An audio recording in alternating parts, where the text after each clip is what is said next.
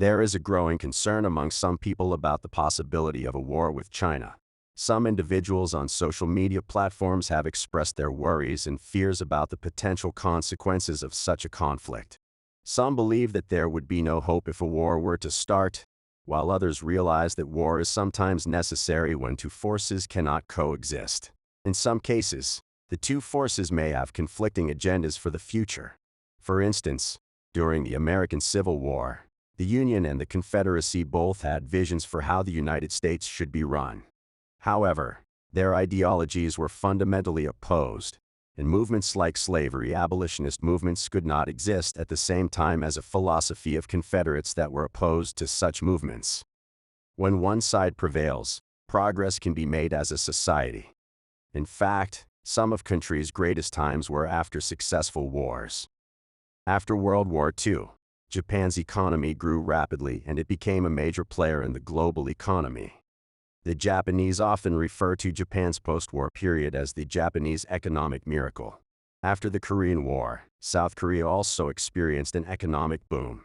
Its economy grew at an average annual rate of 8.3% between 1960 and 1979, which is often referred to as the miracle on the Han River. After the Vietnam War, Vietnam experienced a period of economic growth in the 1990s and 2000s. The country's economy grew at an average annual rate of 7.5% between 1991 and 2000. After the Six-Day War in 1967, Israel's economy grew rapidly.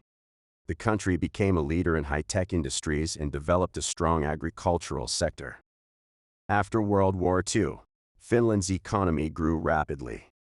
The country developed a strong manufacturing industry, which helped it become one of the wealthiest countries in Europe.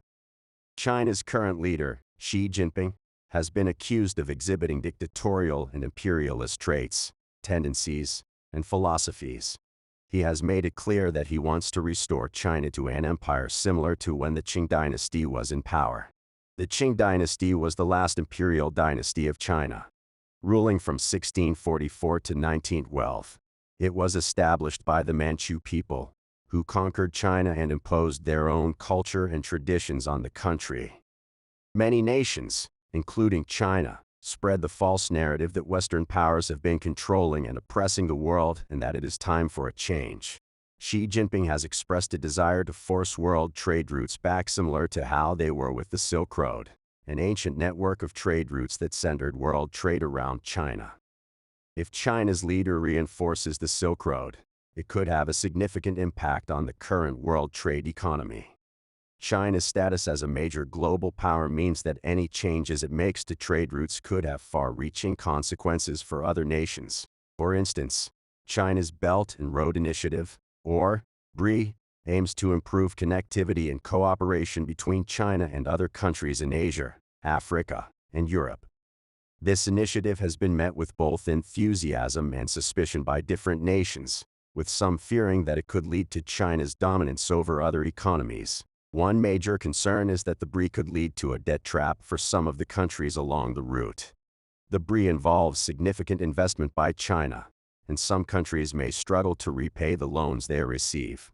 This could potentially have negative consequences for the global economy. The Silk Road economic belt runs from China through Central Asia, the Middle East, and on to Europe. Countries included in this route include Kazakhstan, Uzbekistan, Tajikistan, Kyrgyzstan, Turkmenistan, Iran, Turkey, Russia, Belarus, Poland, and Germany, among others. The 21st century maritime Silk Road runs from China through Southeast Asia, South Asia, the Middle East, and on to Africa. Countries included in this route include Vietnam, Laos, Cambodia, Thailand, Myanmar, Malaysia, Indonesia, Sri Lanka, Pakistan, India, Iran, Saudi Arabia, Egypt, Kenya, Tanzania, and Djibouti, among others.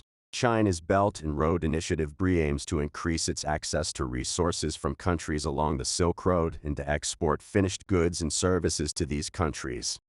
The BRI includes the development of infrastructure projects such as ports, railways, highways, and industrial parks, which are claimed to be designed to improve connectivity and facilitate trade and investment. China is particularly interested in securing access to resources such as oil, gas, minerals, and agricultural products, which are crucial for its economic development. By investing in infrastructure projects in countries along the Silk Road, China aims to increase its access to these resources and reduce its dependence on traditional supply chains. That means that China wants you to have to rely on all the crappy dollar store material goods they create. It also means that those countries will owe China money for building things such as a park, which is not a money-generating asset. China wants to build a country's infrastructure, overcharge the price, and enforce their power on the country when they cannot pay the debts from China for building the dollar store infrastructure. We know China uses cheap materials, so the infrastructure more than likely will break down fairly quickly. People's rights will be violated.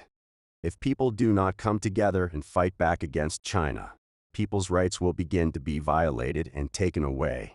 Some people are concerned that China's government under Xi Jinping will continue to violate the rights of its citizens and those in other countries. While individuals should be allowed to live under communist rule if they choose to do so, they should not be forced to live that way. For example, many people in Taiwan and Hong Kong do not want to be part of the Chinese Communist Party (CCP), but the CCP continues to exert its influence over these regions.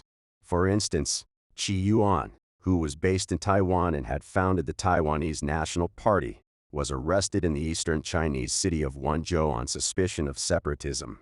This has led to protests and clashes with authorities, with many calling for greater democracy and independence. The current global trade paths are peaceful and complex, with many different nations participating in multiple trade agreements and economic partnerships. Some of the major trade routes and agreements include the Trans-Pacific Partnership, or TPP.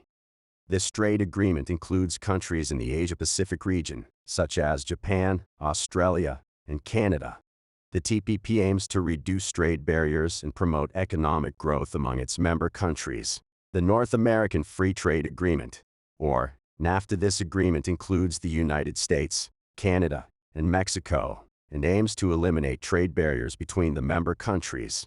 The European Union, or the EU, is a political and economic union of 27 member states primarily located in Europe. The EU allows for the free movement of goods, services, and people between its member countries.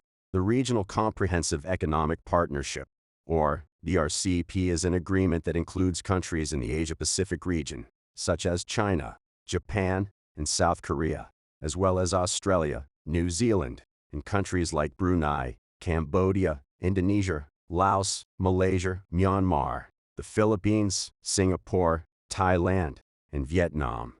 The RCEP aims to reduce trade barriers and promote economic growth among its member countries. In contrast, China's Belt and Road Initiative (BRI) is focused on building infrastructure and expanding trade and investment through China, along two main routes: the Silk Road Economic Belt and the 21st Century Maritime Silk Road. If we do not do something about this, the world economy will revolve around China. Many lives will be lost, and countries in Asia and some in Europe, such as Ukraine, Poland, and Germany, may no longer exist how we know them today. If the world were to end regimes like that of an imperialist Chinese leader, it could lead to greater cooperation and progress among people. Trade could become more widespread and peaceful in the Pacific region, benefiting many economies.